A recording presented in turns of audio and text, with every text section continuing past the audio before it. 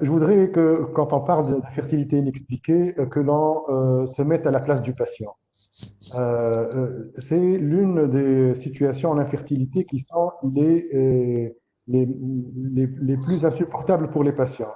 Et ça, c'est pas juste une vue de l'esprit, ça, c'est véritablement ce que retrouvent les études, en tout cas, qui s'intéressent à la psychologie du patient. Parce que voilà une situation, comme ça a été si bien dit, où on confond inexpliqué avec sans cause, où le patient se dit, mais est-ce que je suis chez le bon médecin? Peut-être que si j'avais eu affaire à un autre, on aurait trouvé ce qui ne va pas chez nous. Et puis surtout, mais comment vont-ils pouvoir me traiter si on n'a pas identifié de cause? Comment ils vont adapter un traitement à notre situation? Et du côté médecin, la situation n'est pas meilleure parce que même si le terme a été galvaudé depuis des années maintenant et que maintenant on ne se pose pas tous les jours ce genre de questions, mais dès qu'on réfléchit par exemple à cette situation, on se dit mais est-ce que je suis en train de bien diagnostiquer ou non? Est-ce que finalement elle n'est pas inexpliquée parce que je n'ai pas mis en place tous les tests nécessaires pour expliquer la situation? Est-ce que je ne suis pas en train de sous-diagnostiquer un couple ou parfois même de surdiagnostiquer? Est-ce que je ne suis pas juste en train d'être trop impatient avec mes patients et de ne pas les laisser concevoir naturellement et ne pas laisser la nature faire les choses au lieu de commencer à surtraiter? Donc vous voyez que la situation, elle est bien complexe. Si on revient à la définition qui n'a presque pas changé depuis des années, une définition que nous avons tous appris pratiquement par cœur. Infertilité inexpliquée, c'est un an de rapport sexuel, et j'insiste en soulignant rapport sexuel. Donc il faudra bien interroger le couple. Est-ce que réellement ils sont en train de s'exposer à la grossesse sans contraception qui va aboutir à aucune conception? Et on raccourcit ce délai à 6 mois après 35 ans de manière pas très catholique sur le plan mathématique, on va le voir. Avec donc un spermogramme normal, des trompes perméables et une ovulation normale. Et cette situation n'est pas une situation qui est rare ou ce n'est pas aussi une situation qui va être rencontrée une fois sur 100. C'est 25 à 30% des couples qui nous consultent. Donc réellement, on va être dans cette situation compliquée dans 25 à 30% des cas. Alors, on va essayer de décortiquer cette définition et voir les points forts et les points faibles de cette définition avant de passer à la thérapeutique. Ça va être extrêmement important. Alors, pourquoi le délai de 1 an? C'est que le temps permet de filtrer les couples. C'est-à-dire qu'il y a les couples qui vont avoir des grossesses rapidement, par chance, parce ils ont un degré de fertilité ou une fécondabilité qui est forte. Et il y a des couples qui vont avoir un peu plus de mal, mais qui vont finir par avoir les grossesses. Et c'est le temps, véritablement, dans cette situation où on n'a pas de cause, qui va nous permettre réellement de distinguer les infertiles, ceux qui ne vont pas arriver à concevoir après un certain temps. Alors, le certain temps, il a été limité à 1 an. En fait, sur le plan statistique, jusqu'à 3 ans, on continue à observer des couples qui vont concevoir. Mais en fait, le plateau commence à se dessiner à partir de 1 an. Et surtout, je pense qu'il y a une véritable perte de chance si on continue à patienter encore plus. Et surtout, nos patients ne sont plus très patients, puisque c'est difficile de leur dire, ah non, vous avez passé juste 1 an, continuez encore à attendre une autre année, ça va venir. Alors, et si on revient aussi à la définition, je vous rappelle que l'on se base sur des examens qui sont assez vieux, si on parle d'infertilité inexpliquée, pour dire que c'en est une. Par exemple, le spermogramme, un sperme normal, c'est censé être déterminé par un spermogramme normal. Or, on sait très bien le faible pouvoir prédictif du spermogramme. Donc, en soi, déjà, nos examens de première intention ressemblent plus à un passoire qu'à autre chose. L'hystérosalpingographie, on connaît tous ses faux positifs et ses faux négatifs. Et puis, on est censé aussi déterminer l'ovulation, une femme normo-ovulante. On se base souvent sur la clinique, un peu sur l'échographie. Et on parle aussi de concepts qui ne seraient pas visibles à part nos moyens de détection cliniques et échographiques, comme par exemple la phase lutéale défectueuse qui est assez débattue par ailleurs. Des débats, il y en a eu. Est-ce qu'on n'a pas à inclure d'autres examens avant de conclure à l'infertilité inexpliquée? Moi, je dirais les vieux débats, parce que c'est des débats qui ont eu lieu dans les années 90, comme la fertilité cervicale, est-ce qu'elle existe ou non? Est-ce que le test postcoïtal devrait être recommandé? Bon, en tout cas, les sociétés savantes ont tranché pour dire que, étant donné le faible pouvoir prédictif et le fait que le test postcoïtal ne change pas réellement la conduite à tenir, ce n'est plus un test qui doit être proposé au couple. Donc ça, au moins, ça a le mérite d'être clair. Le débat encore plus animé, c'est celui de la célioscopie. Alors la célioscopie, avec sous-entendu, bien entendu, le problème de l'endométriose légère non détecté par l'hystérographie, non détecté généralement par l'interrogatoire, où ceux qui plaident pour la célioscopie vont dire, voilà, vous allez omettre de l'endométriose légère, et donc on devrait aller vers une célioscopie comme ce qu'on faisait dans les années 90-2000, même face à une hystérosalpingographie normale, avant de conclure à l'infertilité inexpliquée. Mais étant donné le caractère invasif de la célioscopie, et étant donné que même le traitement d'une endométriose légère n'améliore pas de manière substantielle et de manière significative et réelle la fertilité spontanée, donc les sociétés savantes n'ont pas retenu, telles que la SRM, la célioscopie comme faisant partie du bilan de routine si jamais l'interrogatoire et l'hystérographie ne retrouvent rien. Voyons voir la normo-ovulation. Bien entendu, normo-ovulation veut dire cycle régulier. Alors, on peut s'aider dans des cas où on veut mieux avoir des preuves claires, on peut s'aider de l'échographie, parfois même d'un dosage de progestérone, même si cela n'est pas recommandé. Et on va, bien sûr, maintenant, actuellement, toutes nos patientes avoir un dosage de l'AMH. Alors, dosage de l'AMH avec, bien sûr, des petits écarts quant à l'interprétation. Il faut être clair sur cette situation. Si vous avez une patiente qui a une AMH basse, comme ce qui est sur ce schéma noté en jaune, ou une AMH normale, comme ce qui est noté en point noir, eh bien, la fertilité va être la même. Donc, une patiente jeune qui a des cycles réguliers, même si elle a une AMH qui est basse, ça ne veut pas dire que sa fertilité actuelle, elle est basse. Donc, ce n'est pas une cause d'infertilité. Ce n'est pas le cas, par exemple, des patientes qui vont avoir des irrégularités du cycle avec une insuffisance ovarienne. Là, nous ne sommes plus dans la normo-ovulation. Mais cet AMH voudra dire que le temps restant, probablement, il est inférieur et peut-être que ça va impacter notre conduite à tenir. Mais on ne peut pas dire à une patiente qui a une AMH basse et qui a des cycles réguliers, voilà la cause de votre infertilité. Autre casse-tête, c'est l'âge. Tout à l'heure, vous avez vu qu'on faisait raccourcir la période, le délai d'attente à 6 mois si on dépassait les 35 ou les 38 ans pour ne pas faire perdre des chances aux patientes. Mais en fait, sur le plan mathématique, on sait que les patientes âgées vont avoir une fertilité qui est moindre, une fécondabilité inférieure. Donc, si on s'en tient à la mathématique, il leur faut plus de temps. Il faudra leur laisser plus de temps pour procréer. Sauf que la fécondabilité, elle diminue aussi avec le temps. Et donc, on ne peut pas, sur le plan pratique, laisser nos patientes perdre leur chance, aussi bien en conception naturelle que sur une future fécondation in vitro, juste pour respecter des modèles mathématiques. Alors, l'infertilité inexpliquée pose aussi quelques casse-têtes, parce que la situation n'est pas aussi simple que le veut la définition. Imaginez par exemple une patiente qui a des trompes perméables, le monsieur a un spermogramme qui est normal, c'est une normo-ovulation, mais il y a un fibrome interstitiel par exemple de 5 cm, ou un fibrome sous-séreux de 8 cm, ou bien qu'il y a une cloison utérine, alors qu'actuellement, une dernière étude randomisée a démontré que la cure de cloison n'améliorait pas les résultats en fertilité.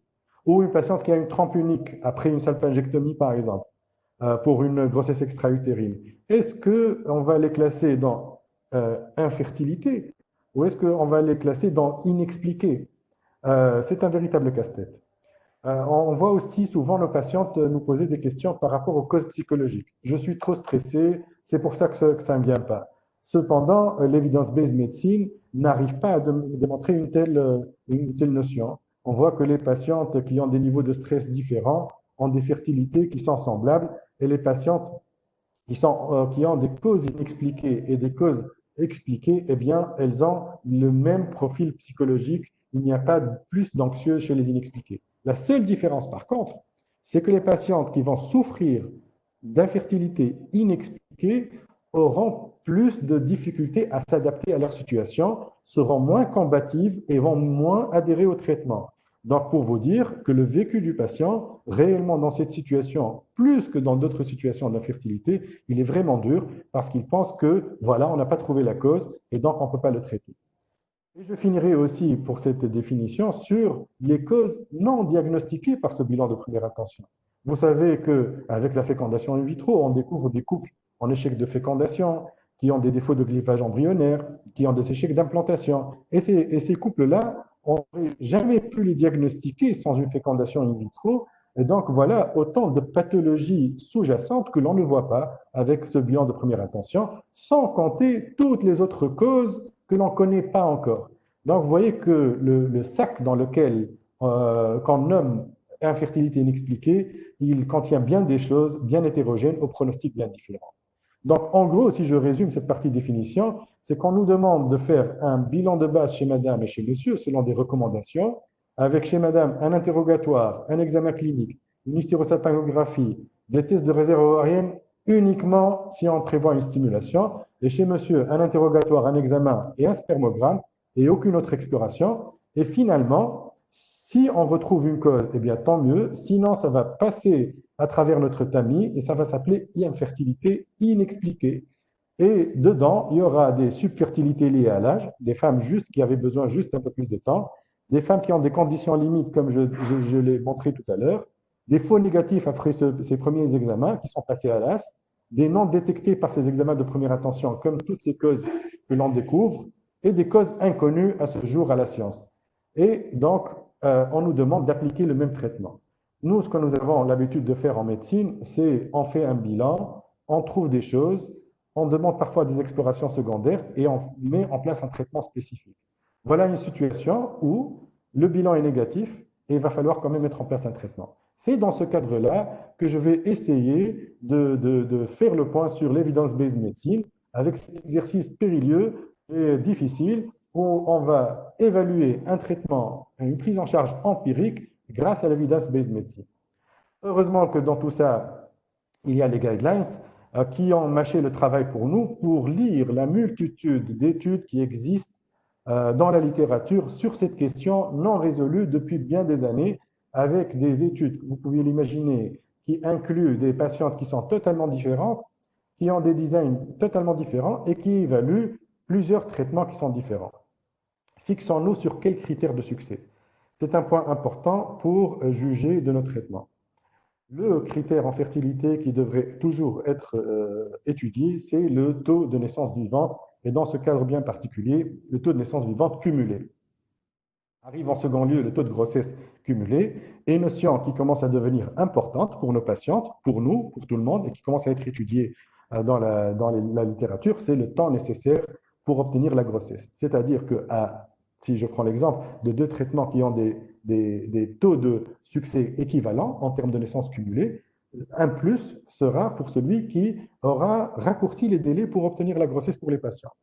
Le coût aussi par enfant vivant et les complications qui peuvent survenir, bien entendu, de ces traitements. Alors, voici, j'ai dressé pour vous l'arsenal thérapeutique habituel dans sa hiérarchie telle qu'on nous l'a enseigné depuis des années, avec partant de l'expectative, de la stimulation en vue de rapports programmés, que ce soit par voie orale ou par des gonadotrophines, de la stimulation orale avec des inséminations, les gonadotrophines avec insémination, la FIV et l'ICSI. Grosso modo, c'est ça l'arsenal dont on dispose et avec lequel on va prendre en charge nos patients. Et on a un curseur, et en fonction des cas, on va essayer de placer le curseur quelque part pour déterminer s'il faut commencer par tel ou tel traitement. Alors, commençons justement par le commencement et voyons l'expectative. Alors là, ça paraît vraiment bizarre l'expectative. Le professeur Raoul, je pense, n'aimera pas ça. Vous savez qu'en médecine, généralement, le dogme, c'est quand même que quand un patient vient, il faut pouvoir le traiter. Et là, nous sommes dans une situation où l'expectative apporte des résultats. Par exemple, sur ce tableau sur les guidelines canadiennes, on voit qu'une femme qui a une fécondabilité de 10%, c'est-à-dire une fécondabilité quand même assez faible, elle a théoriquement en taux de naissance vivante cumulé, après un an, 72%. C'est quand même important. Alors, ça reste quand même un modèle mathématique et on sait que ça suppose que la fécondabilité reste stable dans le temps. Or, on sait qu'elle ne reste pas stable dans le temps. Mais en tout cas, l'expectative, quand on l'applique sur la vraie vie, en 85, ça a donné des chiffres quand même extraordinaires après 2 ans d'expectative. Je pense qu'en 2020, il n'est plus possible de proposer 2 ans d'expectative au couple, en tout cas pas chez nous. Plus réaliste, les études qui proposent 6 mois d'expectative aux couples de bons pronostics peuvent leur promettre 27% de naissances vivantes. C'est quand même beaucoup, 27% de naissances vivantes. Ça ressemble un peu à des taux de nos thérapeutiques à nous.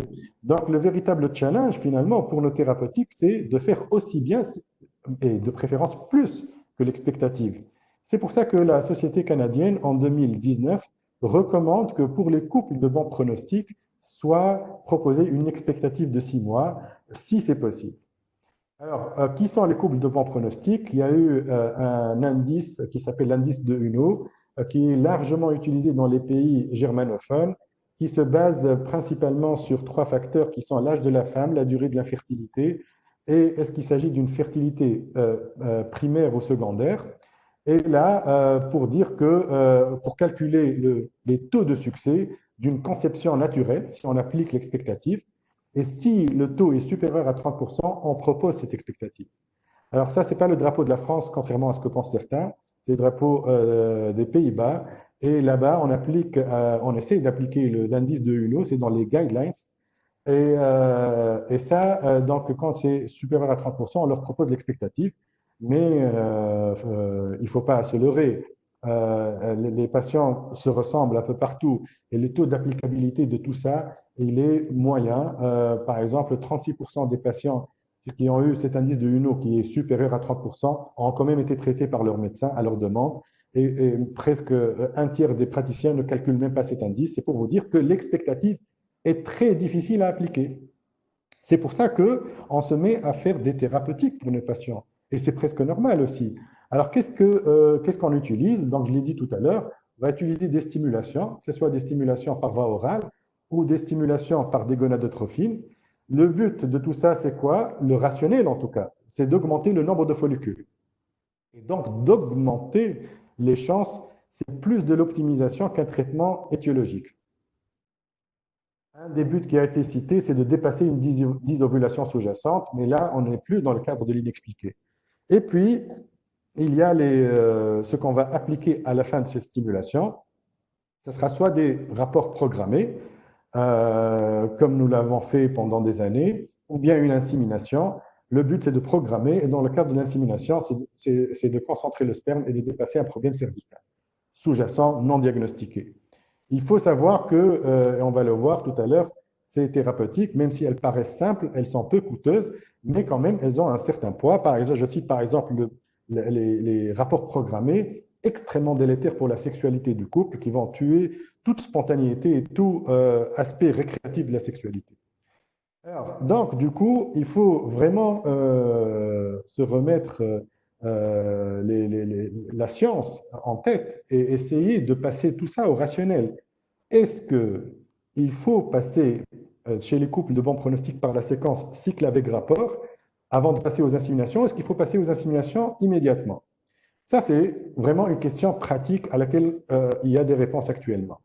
Alors, si on voit les premières études qui ont comparé le citrate de clomifène versus placebo, donc carrément une expectative, sans insémination, c'est-à-dire en rapport sexuel programmé, les premières études de 1989, je veux dire, les résultats étaient sans appel, 19% de grossesse dans le groupe citrate de clomifène versus 0% pour l'expectative.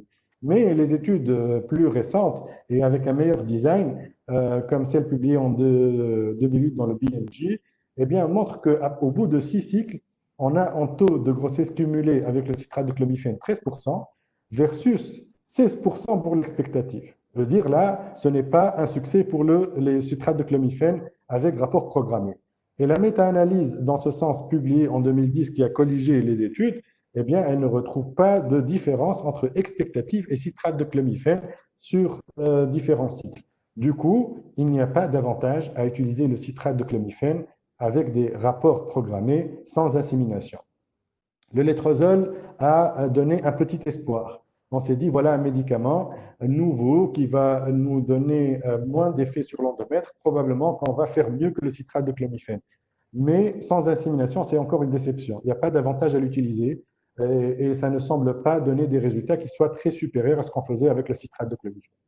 Du coup, et je pense que ça, c'est un message fort et nouveau des recommandations aussi bien canadiennes que américaines, vous voyez de 2019 et de 2020, quel que soit le produit que vous utilisez pour l'induction de l'ovulation, ou je dirais pour la stimulation ovarienne possifolliculaire plutôt, quel que soit le produit que vous utilisez, si vous l'utilisez avec des rapports programmés, vous n'allez pas faire mieux que l'expectative.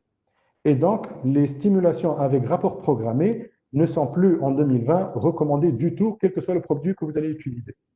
En infertilité inexpliquée, bien entendu. Donc, je pense que ça va changer quand même beaucoup de conduites à tenir. Et comme alternative, l'insémination, il est démontré que associé à la stimulation par les inducteurs de l'ovulation oraux, va apporter un plus et va être supérieur à l'expectative. Donc, il faut passer aux inséminations directement dans le cadre de l'infertilité inexpliquée. Ça ne sert à rien de faire des cycles d'induction avec rapport programmé. Ça, c'est un premier message. Maintenant, on pourrait presque se poser la question qui semble pratiquement extrêmement simple pour nous. C'est dans nos habitudes. Mais est-ce qu'il faut stimuler, oui ou non, avec l'insémination? Là, la réponse est claire, oui. Depuis 2006, la revue de l'Escheret avait démontré qu'on obtenait une grossesse supplémentaire sur 12. C'est pas beaucoup, mais enfin, quand même, c'est toujours ça, dans ces chiffres-là qui sont de toutes les façons relativement bas. Et si on fait des inséminations sans stimulation, ce que je pense personne ne fait actuellement, personne ne fait plus d'insémination en cycle naturel, eh bien, ce n'est pas différent de l'expectative. Donc, les recommandations canadiennes et de l'ASRM de cette année disent clairement qu'il faut faire des inséminations et il faut toujours associer une stimulation à l'insémination de manière très claire. Maintenant, stimulation, ok, c'est clair, on ne va pas se mentir et on le sait tous, plus on appuie sur le champignon, mieux sont les résultats. C'est-à-dire que si vous avez un follicule, vous avez, par exemple, dans cette étude, 11% de taux de grossesse, 2 follicules, 17%, et 3 follicules et plus, c'est 23%. Donc, il ne faut pas oublier que, bien sûr, plus vous en faites, plus vous vous mettez à risque d'avoir des grossesses multiples. Et faut-il le rappeler, les grossesses multiples, même si ça a l'air mignon sur ces photos, ce n'est pas du tout un succès, c'est carrément un échec de l'assistance médicale à procréation, malgré ce que nous sortent parfois les médias, et que les chiffres sont effrayants quand on voit, par exemple, ici, 20% d'handicap majeur pour les triplés, 75% d'admission en néonate, quand vous connaissez le coût de la néonate à multiplier par 3, et pour les gémellaires, 7 fois plus de mortalité à 1 an, c'est quand même des chiffres qui sont effrayants. D'où le dogme, pas plus que 3 follicules au maximum lors de notre stimulation. Alors, donc, maintenant, on sait qu'il faut faire des inséminations stimulées, mais stimulées avec quoi? Alors, les protocoles qui sont largement utilisés par nous, c'est du citrate de clomifène entre J2 et J6, du létrozole entre J2 et J6, et des gonadotrophines, généralement à la dose de, on n'a pas le 50 ici en Tunisie à notre disposition, mais généralement on utilise du 75 ou bien d'une demi-ampoule ou une ampoule un jour sur deux. Alors on va essayer de comparer ces différentes thérapeutiques. D'abord, dans cette étude, on essaie de voir, on voit clairement que mettre un agent oral, que ce soit du létrozole ou du citrate de clomifène avec une insémination, eh bien clairement, comme je l'ai dit, ça nous met à 31% de taux de grossesse cumulé par rapport à l'expectative. Donc, c'est clair que nous sommes sur le bon chemin. Maintenant, est-ce qu'il faut mieux utiliser le létrozole ou le clomifène? Eh bien, les différentes études ne montrent pas de différence significative entre ces deux produits. Si bien que les sociétés canadiennes et la SRM, toutes les deux sont d'accord pour dire que aussi bien le létrozole que le clomifène sont des produits qui sont égaux et sont recommandés pour la stimulation en vue d'une insémination. Donc, si vous voulez faire une insémination, vous pouvez utiliser soit du citrate de clomifène, soit le létrozole. Maintenant arrive la grande question des gonadotrophines. est-ce que si je mets des gonadotrophines, je vais donner des chances supplémentaires à ma patiente? Alors, sur une première étude, pas vraiment. Ici, vous voyez 18 contre 11%. Une deuxième étude, 31 à 30%. Et une troisième étude, il y a une différence significative. Oui, c'est vrai, parce que c'est dans cette étude, les doses sont plus élevées. Ce qui fait qu'on a un taux de grossesse qui est plus important, mais avec 10 triplés, ici quand même, et 24 grossesses gémellaires dans ce bras-là. Ce qui fait dire aux deux sociétés savantes, attention. D'abord, aussi bien les sociétés canadiennes qu'américaines, en tout cas la SRM surtout, dans ses recommandations, a fait la différence entre les études qui utilisent moins que 150 unités, que nous faisons nous généralement dans notre pratique, et ceux qui utilisent 150 unités et plus pour une insémination, ce que je pense nous ne faisons pas de manière courante. Et là, si on prend les études qui utilisent moins que 150 unités, on a des taux de grossesse qui sont similaires à l'expectative et des taux de grossesse multiples qui sont les mêmes que pour les inducteurs oraux. Donc, les recommandations américaines ne recommandent pas d'utiliser actuellement les gonadotrophines en vue d'une insémination. Et ça, je pense que c'est nouveau.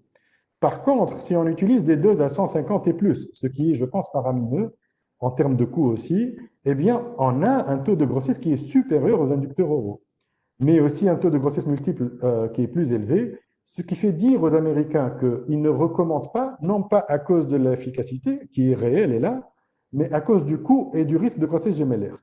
Par contre, les Canadiens sont plus réservés ou disons plus pragmatiques et ils disent, OK, si vous informez vos patients que c'est plus coûteux et qu'ils risquent plus les gémellaires, vous pouvez utiliser les gonadotrophines en vue d'une insémination. Donc, efficace à forte dose, le coût et le risque de multiples est à considérer. Alors, ceux qui sont au milieu, au centre, il y en a qui aiment les inducteurs, il y en a qui aiment les gonadotrophines, mais il y en a qui font le mix entre les deux. Vous savez, le fameux protocole où on commence le citrate de clomifène entre J2 et J6 et on poursuit par des gonadotrophines. Là, l'ASRM reconnaît que c'est plus efficace que d'utiliser du citrate de clomifène seul, légèrement, mais cette légère élévation des résultats est associée aussi à un risque élevé réel de grossesse multiple et ne recommande pas ce protocole-là. Voilà, alors maintenant, une fois qu'on sait que ce que nous recommandent les sociétés savantes, on nous dit de faire des inséminations et d'induire en premier lieu et en première intention avec des inducteurs oraux. Et que les gonadotrophines sont certes efficaces, mais il faut les réserver à des situations particulières et il faut être conscient des risques de grossesse multiple, d'où l'importance du monitorage. Mais maintenant, quand est-ce qu'on va programmer l'insémination? Classiquement, on programme tous l'insémination à 36 heures ou plus, c'est-à-dire qu'on est moins regardant sur l'horaire qu'avec la fécondation in vitro, parce que, à la limite, que la patiente ovule, c'est-à-dire rompe ses follicules ou non, ce n'est pas très grave. Eh bien, figurez-vous que la SRM recommande un délai de 0 heure à 36 heures. Et ça rejoint un peu les études qui démontrent que la fertilité, elle est plus élevée au moment du pic de LH et non pas au moment de la rupture du follicule, paradoxalement. Voilà, donc je pense que ça, c'est aussi une donnée qui est intéressante. L'ASRM en 2020 vous autorise parfaitement à donner une injection aujourd'hui d'ACG et de programmer l'insémination le lendemain. Alors, on vient maintenant à la question quand même extrêmement difficile, qui est celle de faire de la FIV ou pas de la FIV en cas d'infertilité inexpliquée. Et si on fait de la FIV, est-ce qu'on la fait d'emblée ou dans quelle séquence? Alors, beaucoup d'études extrêmement intéressantes. D'abord, commençons par la première question. Pourquoi ne pas faire de la FIV à tout le monde? On prend toutes les patientes en infertilité inexpliquée, quels que soient, les bons pronostics, les mauvais pronostics, et on leur fait faire une FIV. Et là, si on commence à faire ça, on ne montre pas davantage par rapport au taux de naissance vivante cumulé avec des inducteurs tels que les gonadotrophines associés à des inséminations. C'est vrai qu'ici, la majorité des études ont utilisé des gonadotrophines pour réaliser l'insémination. Donc, pas d'avantage. Si on se met à faire ça à tout le monde, il n'y a pas d'avantage.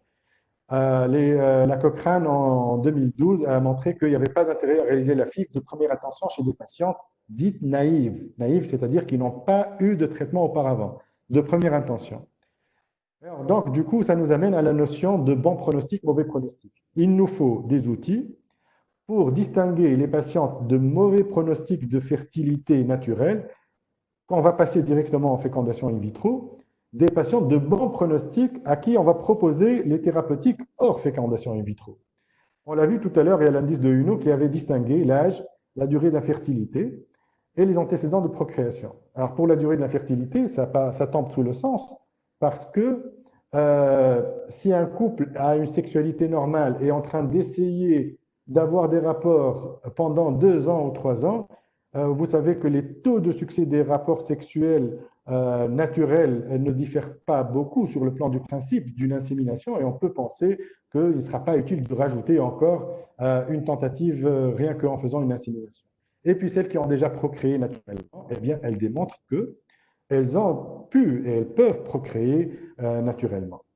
Alors, donc, si on applique ça maintenant aux études, on voit que si on sélectionne un groupe de patientes ayant une infertilité inexpliquée qui sont âgées de plus que 38 ans, clairement, la fécondation in vitro est responsable de 85% des grossesses et que 2 cycles de FIV, on obtient 49% de grossesses dans ce groupe qui est, somme toute, défavorable à la FIV à la base.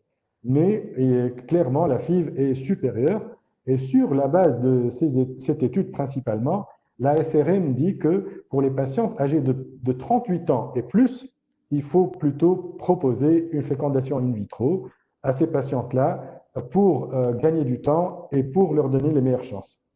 Maintenant, les guidelines ni canadiennes ni américaines ne parlent de la durée de l'infertilité inexpliquée, pourtant retrouvée dans des études, dans l'indice de Huno, dans plusieurs études, mais probablement faute d'études qui se sont intéressées à ce spécifique, il y a eu uniquement des analyses post-hoc, c'est-à-dire il y a eu des études qui ont été faites, puis des analyses en sous-groupe qui ont démontré que ce facteur pouvait être un facteur prédictif. Et puis, quid, et ça, je pense que c'est la grande faiblesse des études, de la faible réserve ovarienne. C'est vrai qu'elle ne détermine pas la fertilité actuelle, mais est-ce qu'on ne va pas faire perdre du temps à des patientes qui ont une faible réserve ovarienne à essayer des thérapeutiques dont on a vu tout à l'heure les chiffres, qui peuvent aller gréver un peu leurs chances futures. En tout cas, ça reste quand même toujours un petit pari que l'on prend avec la patiente si elle passe 6 mois à 1 an à faire des inséminations et que finalement, elle avait à la base une réserve ovarienne basse et qu'on se retrouve à lui faire une FIV avec une réserve encore plus basse. C'est un débat que j'aimerais bien avoir avec vous tout à l'heure. Alors, les Canadiens sont plus libres et ils laissent la possibilité aux cliniciens de juger s'il faut faire une FIV directement ou non. Donc, la FIV en première intention est permise pour les Canadiens de première intention, libre aux cliniciens et aux patients de juger de cela. Alors, maintenant, les mauvais pronostics, on a vu, il vaut mieux les passer directement en fécondation in vitro, mais quelle est la meilleure séquence thérapeutique pour les bons pronostics? Quand je dis séquence thérapeutique, c'est il faut faire combien d'inséminations avant de passer à une fécondation in vitro si jamais ça ne marche pas. Alors, il y a de vieilles études, mais qui sont très intéressantes, où on a comparé non pas deux produits, mais deux attitudes. Une attitude conventionnelle, on va passer par 3 cycles de citrate de chlomifène avec insémination. Si ça ne marche pas, 3 cycles avec gonadotrophine et insémination. Et si ça ne marche pas, 6 cycles de fécondation in vitro. Et le groupe ou le bras accéléré, fast track, c'est on va faire seulement 3 cycles de citrate de chlomifène, puis passer à la fécondation in vitro. Et là, on démontre qu'il y a plus de grossesse dans le groupe accéléré, que le temps est plus court pour obtenir une grossesse dans le groupe accéléré, et surtout, un fait quand même intéressant, c'est que le coût par naissance vivante, il est de 9 800 $ de moins dans le groupe accéléré. Donc, sur la foi de ça, les sociétés savantes recommandent la séquence suivante pour les patientes qui sont de bons pronostics inférieurs à 38 ans. Si possible, une expectative de 6 mois, si c'est accepté.